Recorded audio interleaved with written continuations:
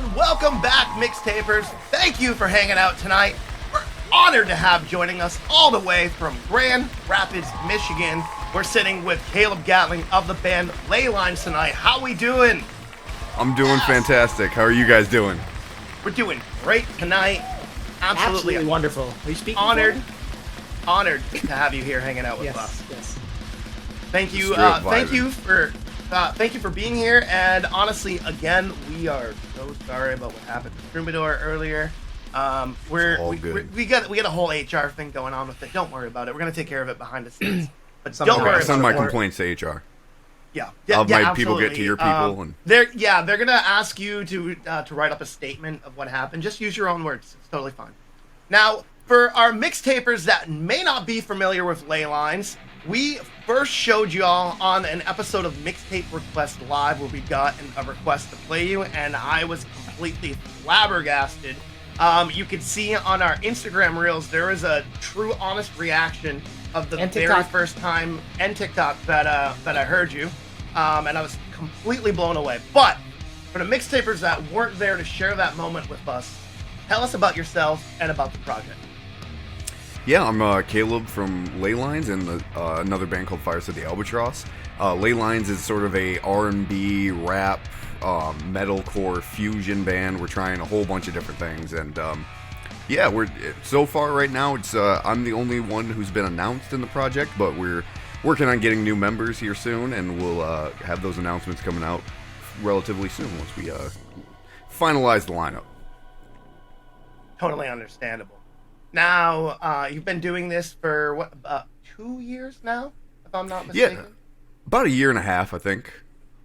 About a year and a half. And your first release definitely caught my attention. We're like, Dylan and I were going over stuff, and you're like, this is a cover song. And I'm like, what is it? And I was like, wait a minute. I know this. And then my geek brain had to turn on for a second. And I was like, oh, this is a cover of the Critical Role theme song. Which, as a fellow D&D enthusiast and a DM myself, I was like, okay, you got my geek brain going, so I gotta show my clicky clacks on there. Oh, that's sick. I got my metal set here. We're gonna geek out for a second. Oh, there we go. Oh, I'm gonna step on that D4 later, and it's metal, and I'm gonna die. Worse than stepping on a Lego. It's way worse. Freaking if Kevin McAllister was a D&D player, they wouldn't have made it. That one trap would have been all of these. Would have been a short film. Would have been a very short film. Very short film, yeah. That would have been it. Yeah, love these bad boys. My partner sick. got me those, but I also got this beautiful stone D20 as well. So love. So are you fan of the podcast D&D? I'm curious about what inspires you to start off with that release first. Oh yeah, I'm a huge D&D fan. I've been playing D&D for a couple of years now. I got into it after high school, and I found Critical Role and loved it. And so I heard their theme song, and I was just like, man, this needs to be metal. Like, I was looking around, and nobody had done like a metalcore version of it, and I was like, well, I guess it's my time to shine. And yeah, I'm a huge D&D nerd. We just had like a whole game night. I got all my D&D stuff out in my living room, otherwise I'd show everything. But yeah, huge D&D guy. Do you DM, or are you a player? I mainly play. I do DM a little bit. I also I stream a Savage Worlds campaign over on the Geeks and Gamers tabletop channel, where I'm a player. But yeah, I mainly play, but I'm DMing a little mini campaign here in the next month. But yeah, I love me some D&D. That's awesome. What character are you currently favoring that you're playing right now the most? It's a human blood hunter named Gerald. He's probably my favorite. He's definitely the longest character, the longest running character that I've played. A lot of the campaigns I play in, they get cut kind of short just due to... I started playing during COVID, so it was a lot of playing remote, and then when everyone had to get their jobs back, everything got cut really short. So Now that I work with a couple of guys who are into D&D as well, Gerald has been the character I've been playing definitely the most. Awesome. Right now, I'd probably say my favorite character is a rock gnome artificer. Willimin. He's my little dude, but he packs a mighty punch. That's for damn sure. He's got these dope ass thunder gauntlets, and he's able to use his spellcasting modifier instead of a strength for a melee hit, which is a very dope part of being an artificer. God, I love all those. That's a sick build. New character classes. We could definitely geek out on that. We actually, someday I'll play. Someday it's coming. We're partnered with a great tabletop game called Neon Lords of the Toxic Wasteland, and it's imagine like dystopian Pathfinder D&D-esque, but like influences of like 80s and 90s cinema. So like Toxic Avenger, Guar meets Mad Max style to it. It's really, really cool. Definitely have to send you some links to check it out. Yeah. And we're going to be doing... It's called Neon Lords of the Toxic Wastelands. All right. Shout out to them. What's up, Ryan? Yeah. Our great partner over there. We're going to be doing some game streams of that. It. So if you're... it uses the base D&D rules. So if you're a player, it should be really easy to catch up on. We're going to teach the guys how to play. And then we're going to do a little mini campaign. It'd be fun to be able to tag in with somebody that's into that as well. That would be so sick. All about that. All about that. So you had that first Your Turn to Roll release, and you've dropped it looks like you started out with some covers and went from like covers to cover collabs to originals, and your collaborations are fucking fantastic. Yeah. Thank you.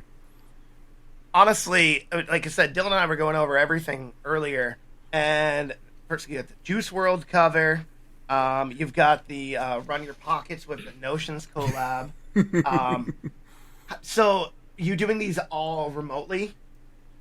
Yeah, I have I can't play instruments to save my life, so I have a guy that I hit up. Originally, we got together to do the one cover, and it went so well, I was like, hey... you want to do some originals? And we got talking, and he's a really good friend of mine now, and Ryan Cunningham, he's fire. And yeah, we got talking, and we put together essentially a little bit more than an EP's worth of music together, and we've been kind of slow rolling it out. The plan was to drop essentially once a month or once every month and a half, and then I got married, got a house, and so we took a brief... Hey, thank you very much. We took a brief hiatus while, getting married and all, doing the honeymoon and all that. So we're back on the roll. We should have some songs coming out for the next couple months here. That's awesome. Dylan, what do you think? Which one's one of your favorite collabs? Favorite collabs or favorite? I thought you were gonna ask me favorite cover. I really like which one of your favorite cover one. I was gonna say, I always enjoy a good cover that can like take like the original and then put it into like its whole new spin, which you do perfectly on the covers. I really like the Lucid Dreams cover. I was never really a big Juice WRLD fan, but my little brothers just don't stop talking about him and heard some stuff, and I've actually become a bit of a fan. So I really, really was digging that cover. I thought that was very well done. I just like the way that you took that, and it just sounded like it was naturally meant to be like a metal song. The way that that was done, it was very well done. Well, thank you. I enjoyed doing that one. I could not get that song out of my head. I was like, okay, I'm covering this song, so once I do it, one. Yeah, it's that's why it's on the radio. You know, it's just so catchy. I just couldn't get it out of my head, so I was like, hey, Ryan, you got some free time? Could you cook something up for me? So what inspires you to pick what songs you want to cover? Like, what is it that makes you like that's the one that I want to do? Because there's so many songs out there. If I enjoy singing them, or if I hear something that hasn't been done yet. So, like with the Critical Role, I had always kind of heard it in a metal, metal twist to it. So I'd be listening to the podcast and then like adding my own screams in, and I was like, okay, well let's get that rolling. And then with Lucid Dreams, I just couldn't stop singing that song. So I was like, I just need to do it so I can stop singing it. Like, you know, once you work on some music, you kind of get sick of the music you worked on, and then, you know, you get to enjoy it again, but it wouldn't be stuck up here anymore. So exactly. Yeah. Or my wife. What you're saying. Oh, sorry. You're fine. You're fine. Or my wife will suggest something to me and say, it would be so cool if you did this, and I'll go, all right, well, let's see what we can do. and that's smart right there, because then you got a happy wife as well. Exactly. Hey, you do this song. You're like, oh, I got you. Definitely. Plus, she's probably got the best opinion, right? True. If she's watching this, she has the best opinion. Same to my partner, who I know is currently making a dinner right now, so super appreciate it. Definitely. Yeah, so same to my Funko Pops. Partner love. Yeah, I got partner it. love, and Dylan, give your significant other a kiss. Kiss the Funko Pops. Shenron's a good one for the. I kissed my hand if you missed it. Oh, my hand. I love you. I told you I'd cuddle you I see what earlier. We could spoon on the couch, and I can make you watch Barry. I have a love seat. So. I've always loved bands that could, you know, cross over that hip hop metal vibe. And it was, you know, seeing like early on, obviously, you know, you have your mainstream influence like Rage Against the Machine, but I think the big breakthrough band for me, and I don't know if you're familiar. How old are you, Caleb? Ooh, that's a good question. 26. Okay. All right. Well, I'm almost 40. Do you know the band Candiria out of New York? No, I don't think I've heard of Candiria. Candiria was around in the early 2000s, and they mixed hardcore, metal, hip hop, and rap, and blended it together. And I hadn't heard anything that had got me so fucking excited about them since I heard you. I haven't heard that type of a blend, and I think now it's prevalent more than ever because the walls between genres seem to be separating more, especially in personal projects where, like, fuck it, I'm just gonna do all the things that I like. I mean, it's exciting for us and fans of music because we're getting these really diverse tracks, which is what obviously blew me away when you literally made your entrance with entrance mode, whereas the first time seeing the video. Hell yeah. Yeah, I've always loved hip hop. That was the first genre of music I ever really stepped into. And I've been wanting to mix hip hop and metal for quite a while, like since before I even joined my first metalcore band and joining Fireside the Albatross. They're super proggy. So when I started Laylines, I was like, okay, I'm doing it for real. I'm gonna mix it the way I've been wanting to hear it mixed. So it sounds great. I mean, I think metal and rap just go together, just like peanut butter and jelly. You know, it's always been so perfect. I mean, growing up in late '90s, early 2000s, of course, like new metal always had like a big influence. But I've always like loved seeing where you can like take the hip hop genre and run it into like other genres, like even stupid stuff like Weezer rapping on some of their old songs back on the Blue album, that one version of the Sweater song, like stuff like that. Like you can just.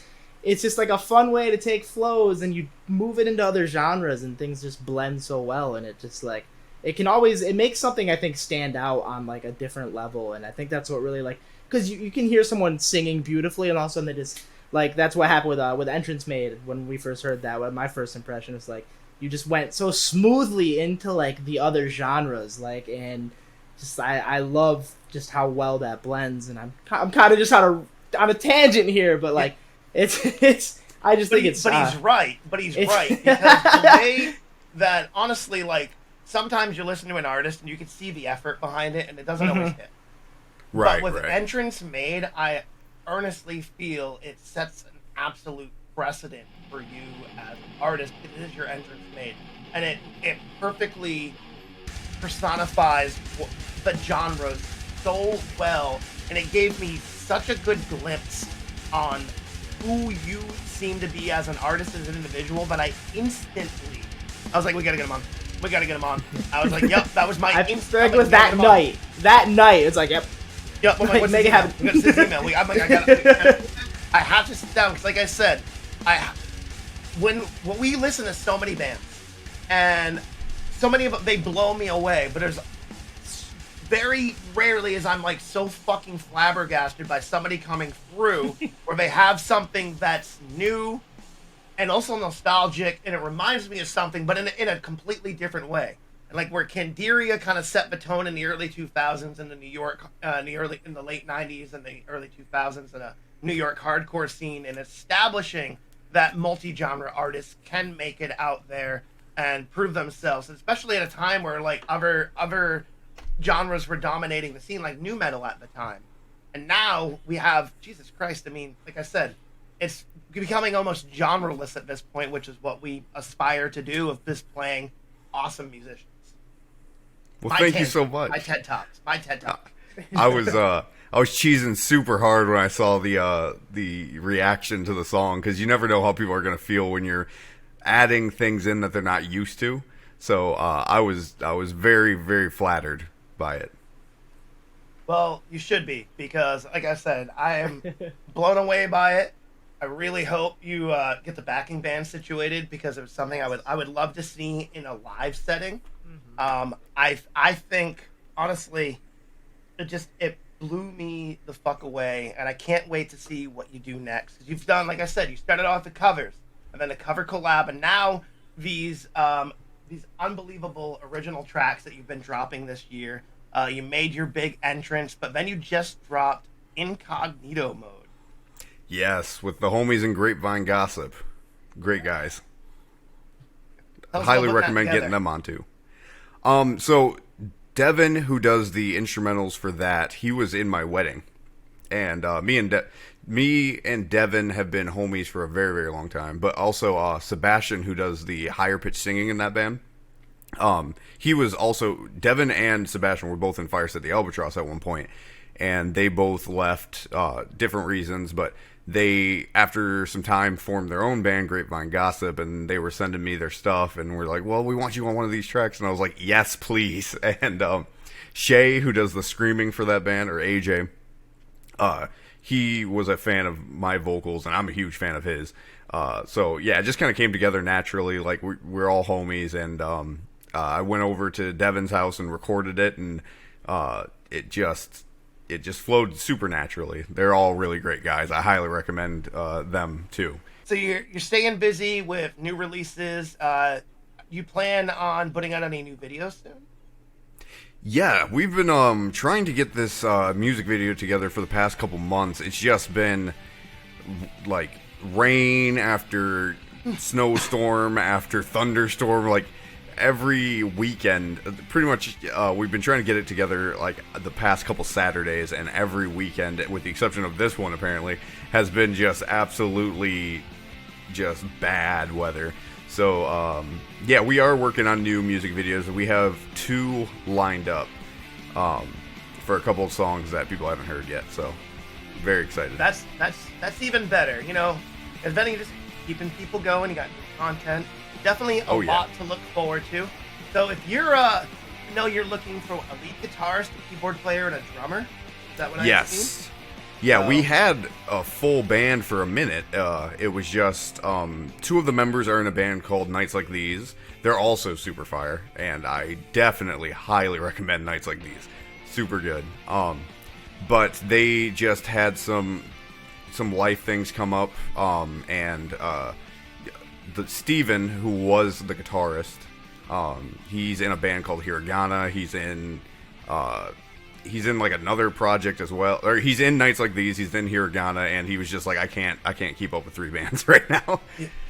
And the drummer just had some life stuff come up, and he was like, he's like, maybe in a couple months when I get all this sorted out, but as of right now, I just can't commit. So feel free to look for someone new. So yeah, we had a backup bassist. We had like a guy who was also trying out, but so he's coming back, and we're currently in the talks with a drummer right now, and another guitar player had sent me a message. But yeah, we are currently looking for a lead guitarist, a drummer, and a keyboardist. But I'm really looking more for like someone who like a DJ. I'm looking for like a. God, why are you all the way in Michigan? I know. Right? damn, why are you so far away? So Vos, don't be like me and stuck all the way in Maine, where you could be playing in hill Wants to bands be in like Maine. Laylines. I do. It's vacation land, baby. All right. I like Maine. I love Maine. It's beautiful. It's where America gets its start. Okay. It's America's Canada. You know? All right. The sun rises in the east and it sets in the west, but Maine is where America gets its start. Not fucking Duncan's. It's Maine. Maine. Yeah. America's Canada. America's Canada. Yeah, Little Canada is what I call it. Little Canada. Little Little Canada. That'd be a Canada. good rap name. That's my new rap name. Start now. I hope Little it's not Canada. taken. I hope not either. Yeah, it's Little Canada, aka the Wolverine. There we go. No, Little Canada's just a town. That's it. No rapper. Oh perfect. shit. Oh no, Okay, there's well, a Little Canada on SoundCloud. Run. I'll start a lucrative hip hop career on. Someone just got their rap name from the stream. In Ingersoll County, right on the Canadian border, and I'll just play shows like right on the border of Maine and Canada. They're like Little Canada.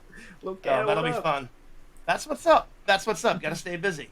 So Yes, sir. Yes, sir. you said to kind of circle back. So I love to do that because I'm good at remembering Yes. things. We're all And, about circles.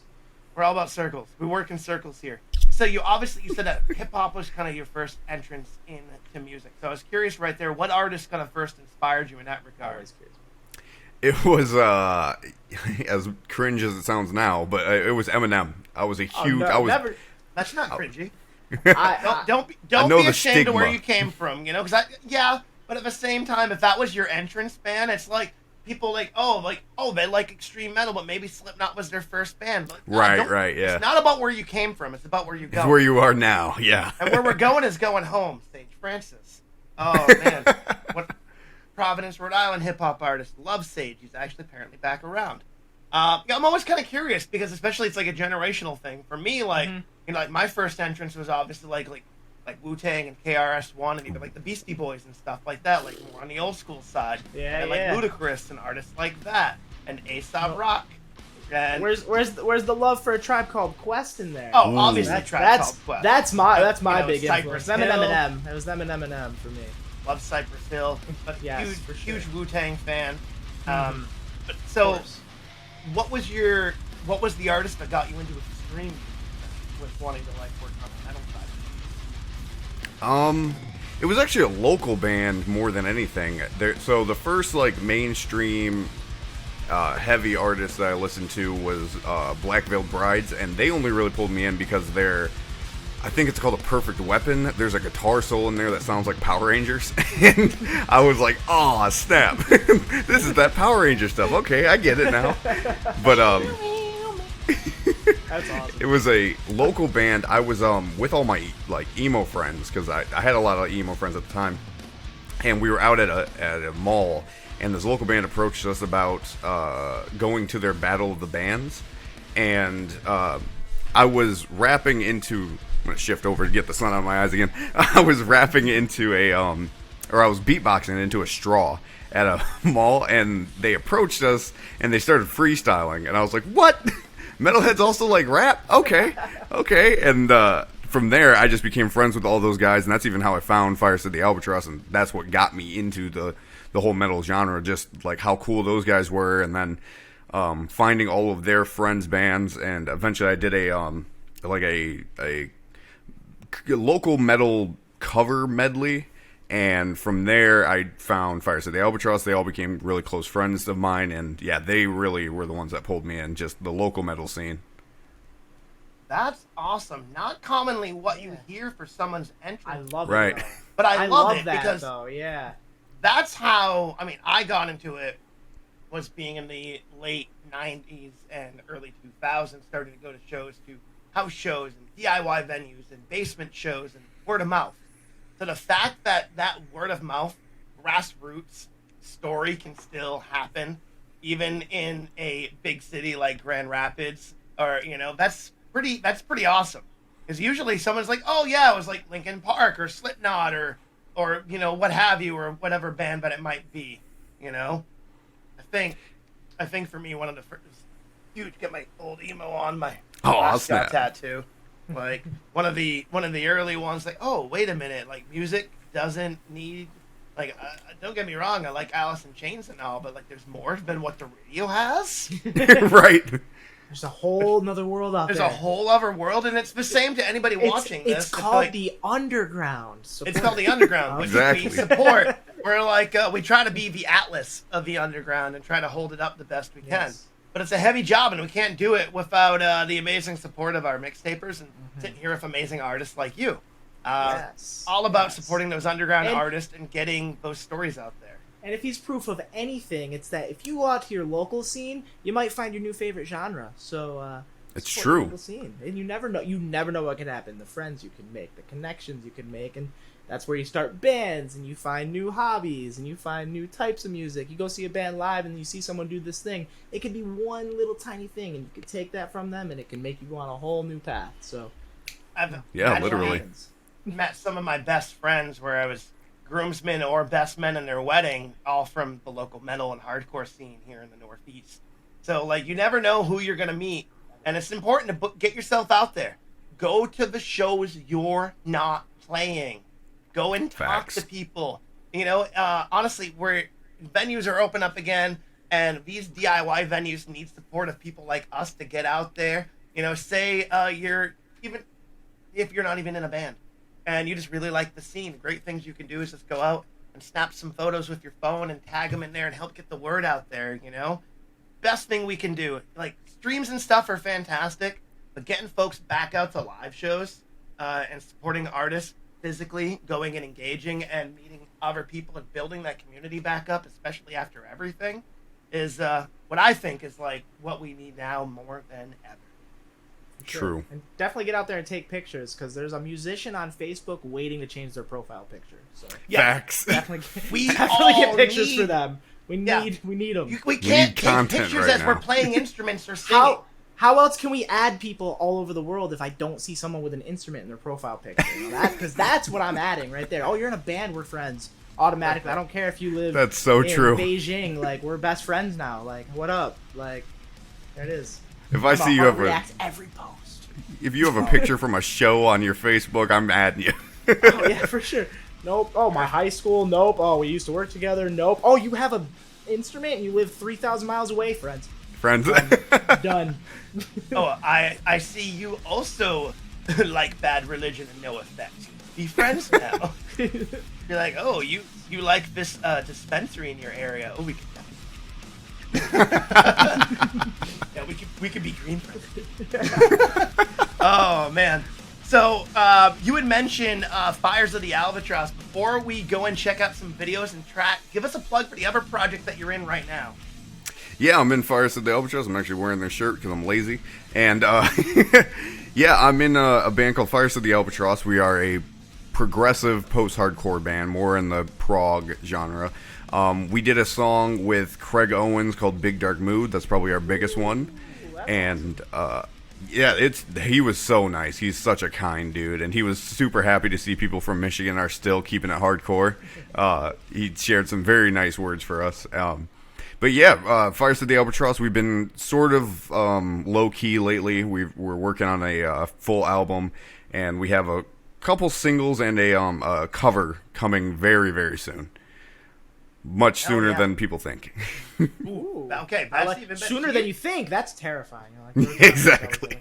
We're sneaking up on y'all. That's what's up. It's that time of year. People start getting tracks, new videos out there, and when you do drop it, let us know because we're definitely gonna want to share Will it. do. And obviously, same with the upcoming videos for new Yes. tracks from Oh, yeah. Laylines as well. So honestly, this has been a ton of fun. We're definitely gonna get you back to come do some tabletop gaming with us. Yes. Hell yes. Just by your character voice from earlier, I'm very excited. I also like to do voices, even though I was like, oh shit! I thought he was from Michigan. I didn't realize we had an English gentleman on the show. Huzzah! very well Huzzah, done. gentlemen! As a guy who can't Huzzah. do accents, I'm like, Huzzah! Get my stein and we're doing fine and we're sitting here with Caleb. That's the jingle. That's it.